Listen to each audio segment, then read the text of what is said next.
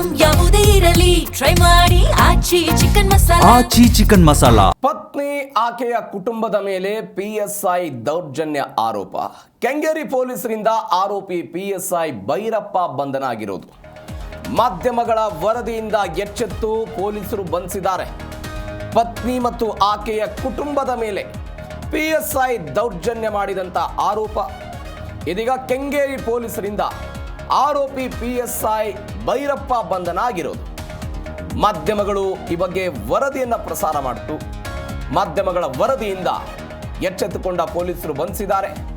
ಕೆಂಗೇರಿ ಪೊಲೀಸರು ದೂರು ಸ್ವೀಕರಿಸಿಲ್ಲ, FIR ದಾಖಲಿಸಿಲ್ಲ, ನ್ಯಾಯ ಸಿಗುತ್ತಿಲ್ಲ ಅಂತ ಪತ್ನಿ ನೋವನ್ನ ತೋಡಿಕೊಂಡ್ರು.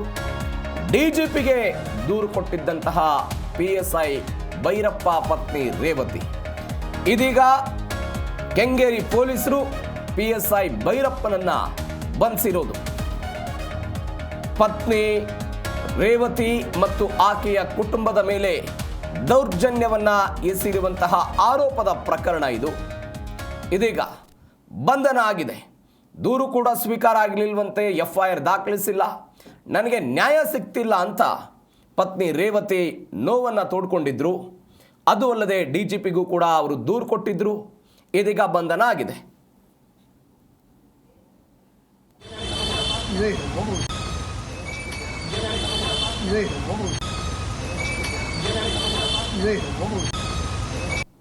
ಹಸ್ಬೆಂಡ್ ಆ್ಯಂಡ್ ವೈಫ್ ಕ್ಲಾಶಸ್ ಜಾಸ್ತಿ ಆಗ್ತಾ ಇತ್ತು. ಕ್ವೆಶ್ಚನ್ ಮಾಡಿದ್ದಕ್ಕೇನೆ ನಮ್ಮ ತಂದೆ ತಾಯಿ ನಾನು ಭಾಳ ಸಲ ಹಾಗೆ ಹೀಗೆ ನಿಮ್ಮ ಅಪ್ಪನ ಮನೆಗೆ ಹೋಗು ಅಂತ ತುಂಬ ಇದಾಗ್ತಾ ಇತ್ತು ಸರ್. ಸೊ ಹಾಗಾಗಿ ಮತ್ತೆ ಮನೆಯವ್ರು ದೊಡ್ಡವರೆಲ್ಲ ಕೂತಿ ಕಾಂಪ್ರೂವ್ ಮಾಡಿ ಮತ್ತೆ ಕಳಿಸಿದ್ರು. ಅದಾದಮೇಲೆ ಕರ್ಕೊಂಡೋಗಿ ಬಾಳಿಸ್ತೀನಿ ಅಂತ ಅವರೇ ಕರ್ಕೊಂಡು ಹೋದವರು ನೀನು ಇರಬಾರ್ದು ಮನೆಯಲ್ಲಿ. ನಾನು ಸುಮ್ಮನೆ ಕರ್ಕೊಂಡು ಬಂದೆ, ಯಾಕೆಂದರೆ ಕೋರ್ಟಲ್ಲಿ ತಪ್ಪಾಗಬಾರ್ದು ನನ್ನ ಮೇಲೆ ಅಂತ ನಾನು ಕರ್ಕೊಂಡು ಬಂದೆ. ಸೊ ಹಾಗಾಗಿ ನಾನು ನೀನೇ ಮ್ಯೂಚುವಲ್ ಆಗಿ ನನಗೆ ಡಿವೋರ್ಸ್ ಕೊಟ್ಬಿಡು, ಇಲ್ಲ ನೀನು ಹೊರಟೋಗು, ಅಥವಾ ನಿಮ್ಮ ತಂದೆ ತಾಯಿ ಹತ್ರ ದುಡ್ಡು ಇಸ್ಕೊಂಡು ಬಾ. ಯಾವಾಗಲೂ ಸ್ವಲ್ಪ ವರದಕ್ಷಿಣೆ ಜಾಸ್ತಿ ಕೇಳೋರು ಸರ್. ನಾನೊಬ್ಬ PSI ಆಗಿ ಒಂದು ಮನೆ ಕೊಡಿಸಿಲ್ಲ, ಒಂದು ಸೈಟ್ ಕೊಡಿಸಿಲ್ಲ, ಒಂದು 50 ಲಕ್ಷ ಕ್ಯಾಶ್ ಕೊಡಲಿಲ್ಲ, ಹಾಗೆ ಹೀಗೆ ಅಂತ ತುಂಬ ಯಾವಾಗಲೂ ಅದು ಟಾರ್ಚರ್ಗಳು ನಡೀತಾನೆ ಇತ್ತು. PSI ಭೈರಪ್ಪ ಅವರ ಮನೆ ಇದೆ, ಅಲ್ಲಿ ಅವರ ಹೆಂಡತಿ ರೇವತಿ ಅಂತ ಬಂದ್ಬಿಟ್ಟು ಅಲ್ಲಿ ಗಲಾಟೆ ಆಗಿದೆ. ಅವ್ರ ಗಂಡ ಮಚ್ ತಗೊಂಡು ನಮಗೆ ಹೊಡಿಲಿಕ್ಕೆಲ್ಲ ಬಂದರು, ಮತ್ತು ಎಲ್ಲ ದೈಹಿಕ ಹಾಗೂ ಮಾನಸಿಕ ಹಿಂಸೆ ಕೊಡ್ತಾ ಇದ್ರು. ಮದುವೆ ಆಗಿ 6 ವರ್ಷ ಆಗಿತ್ತು ಅಂತ ಹೇಳಿಬಿಟ್ಟು ನಮ್ಮ ಕೆಂಗೇರಿ ಠಾಣೆಗೆ ದಿನಾಂಕ 14/7/2026 ಬಂದ್ಬಿಟ್ಟು ಕಂಪ್ಲೇಂಟ್ ಕೊಡ್ತಾರೆ. ನನ್ನ ಗಂಡ ನನಗೆ ದೈಹಿಕ ಹಾಗೂ ಮಾನಸಿಕ ಹಿಂಸೆ ಕೊಡ್ತಾ ಇದ್ದಾನೆ ಮದುವೆ ಆಗದಿಂದ ದಿನದಿಂದನೂ ಕೂಡ. ಆಮೇಲೆ ಅವನು PSI ಅಂತ ಒಂದು ದರ್ಪ ತೋರಿಸ್ತಾ ಇದ್ದಾನೆ. ನಮ್ಮ ಕಂಪ್ಲೇಂಟ್ ತೊಗೊಂಡ್ಬಿಟ್ಟು ಅವನ ಮೇಲೆ ಕ್ರಮ ತಗೊಳ್ಳಿ, ನನಗೆ ರಕ್ಷಣೆ ಕೊಡಿ ಅಂತ ಆಕೆ ಕಂಪ್ಲೇಂಟ್ ಕೊಡ್ತಾಳೆ. ಹೀಗಾಗಿ ಬಟ್ ಘಟನೆ ನಡೆದದ್ದೆಲ್ಲ ತಾವರೆಕೆರೆ ಲಿಮಿಟ್ಸ್ ಬಂದಿದ್ರಿಂದನೂ ಕೂಡ ನಾವು ಸದ್ಯ ಈ ಹೆಣ್ಣುಮಗಳು ನಮ್ಮ ಹತ್ರ ಬಂದ್ಬಿಟ್ಟು ಕಂಪ್ಲೇಂಟ್ ಕೊಟ್ಟಿದ್ರಿಂದ ಆಕೆ ಕಂಪ್ಲೇಂಟನ್ನು ಸ್ವೀಕೃತ ಮಾಡ್ಕೊಂಡ್ಬಿಟ್ಟು ಕಂಪ್ಲೇಂಟ್ ರಿಜಿಸ್ಟರ್ ಮಾಡ್ಕೋತೀವಿ 498A 3 and 4 DP ಆ್ಯಕ್ಟ್ ಅಡಿಯಲ್ಲಿ. ಮತ್ತು ಅವನನ್ನು ದಸ್ತಗಿರನ್ನು ಕೂಡ ಮಾಡಿಕೊಂಡು ಈ ಬಗ್ಗೆ ಹೆಚ್ಚಿನ ಡೀಟೇಲ್ಸ್ ಕೊಡ್ತಾರೆ ನಮ್ಮ ಪ್ರತಿನಿಧಿ ವಿಶ್ವನಾಥ್ ಫೋನ್ ಸಂಪರ್ಕದಲ್ಲಿದ್ದಾರೆ. ವಿಶ್ವನಾಥ, PSI ದೌರ್ಜನ್ಯ ಆರೋಪದ ಪ್ರಕರಣ ಏನಾಯ್ತು? ಈ ಪ್ರಕರಣದ ಅಪ್ಡೇಟ್ಸ್ ಈಗ.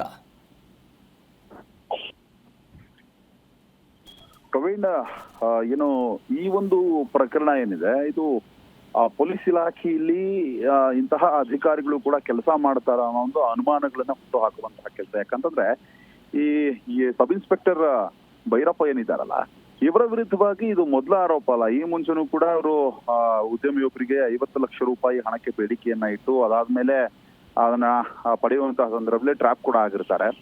ಇಷ್ಟೆಲ್ಲ ಆದ್ಮೇಲೆ ಅದನ್ನ ರಿವೋಕ್ ಮಾಡಿಸ್ಕೊಳ್ಬೇಕು ಅನ್ನೋ ಒಂದು ಉದ್ದೇಶದ ಮೇರೆಗೆ ಪತ್ನಿಗೆ ಟಾರ್ಚರ್ ಕೊಡುವಂಥದ್ದು, 50 ಲಕ್ಷ ರೂಪಾಯಿ ಹಣವನ್ನ ತೆಗೆದುಕೊಂಡು ಬಾ ಅಂತ ಹೇಳಿ ಅವ್ರ ಮೇಲೆ ಹಲ್ಲೆ ಮಾಡುವಂತದ್ದಾಗಿರ್ಬೋದು, ಈ ಎಲ್ಲವನ್ನೂ ಕೂಡ ಮಾಡ್ತಾ ಇದ್ರು ಅನ್ನೋದು ಗಂಭೀರ ಆರೋಪ. ಅದಕ್ಕೆ ಇಂಬು ನೀಡುವಂತೆ ಈ ಬೇರೆ ಮಹಿಳೆಯರಿಗೆ ಚಾಟ್ ಮಾಡುವಂತದ್ದಾಗಿರ್ಬಹುದು, ಅದೇ ರೀತಿಯಾಗಿ ಏನು ಪತ್ನಿ ರೇವತಿ ವಿರುದ್ಧವಾಗಿ ಮಾತನಾಡುವಂತದ್ದಾಗಿರ್ಬಹುದು, ಮತ್ತು ಮಚ್ಚನ್ನು ಕೂಡ ತೆಗೆದುಕೊಂಡು ರೌಡಿ ರೀತಿ ವರ್ತನೆ ಮಾಡಿರುವಂಥದ್ದು.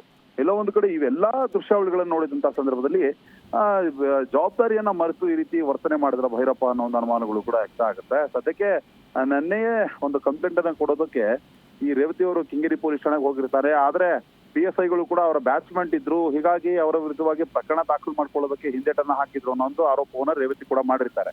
ಇವತ್ತು ಯಾವಾಗ DG ಕಚೇರಿಗೆ ಬರ್ತಾರಲ್ಲ, DG ಕಚೇರಿಗೆ ಬಂದಂತಹ ಸಂದರ್ಭದಲ್ಲಿ ಇವರ ಒಂದು ಪ್ರಕರಣ ಅಂದ್ರೆ ಗಂಭೀರವಾಗಿ ಯಾವಾಗ ಮಾಧ್ಯಮಗಳು ಸುದ್ದಿಯನ್ನ ಬಿತ್ತರಿಸ್ತವೆ, ಆಗ ಎಚ್ಚೆತ್ತುಕೊಂಡಂತಹ ಪೊಲೀಸರು ಏನ್ ಮಾಡ್ತಾರೆ, ಈ ವ್ಯಕ್ತಿ ಅಂತಂದ್ರೆ ಈ ಭೈರಪ್ಪ ಏನಿದ್ದಾನೆ ಈತನನ್ನ ಈಗಾಗಲೇ ಬಂಧನ ಮಾಡಿರುವಂತದ್ದು. ಆದ್ರೆ ಈ ಒಂದು ಹಲ್ಲೆ ಪ್ರಕರಣ ನಡೆದಿರುವಂತದ್ದು ತಾವರೆಕೆರೆ ಪೊಲೀಸ್ ಠಾಣಾ ವ್ಯಾಪ್ತಿಯಲ್ಲಿ ನಡೆದಿರೋದ್ರಿಂದಾಗಿ ಈ ಒಂದು ಪ್ರಕರಣವನ್ನ ಈ ಭೈರಪ್ಪನನ್ನ ವಶಕ್ಕೆ ಪಡೆದುಕೊಂಡು ಬಂಧನ ಮಾಡಿ ಈಗ ತಾವರೆಕೆರೆಗೆ ಈ ಒಂದು ಪ್ರಕರಣವನ್ನ ವರ್ಗಾವಣೆ ಮಾಡಲಾಗಿರುವಂತದ್ದು. ಈ ಬಗ್ಗೆ DCP ಕೂಡ ಮಾಹಿತಿಯನ್ನ ಕೊಟ್ಟರು.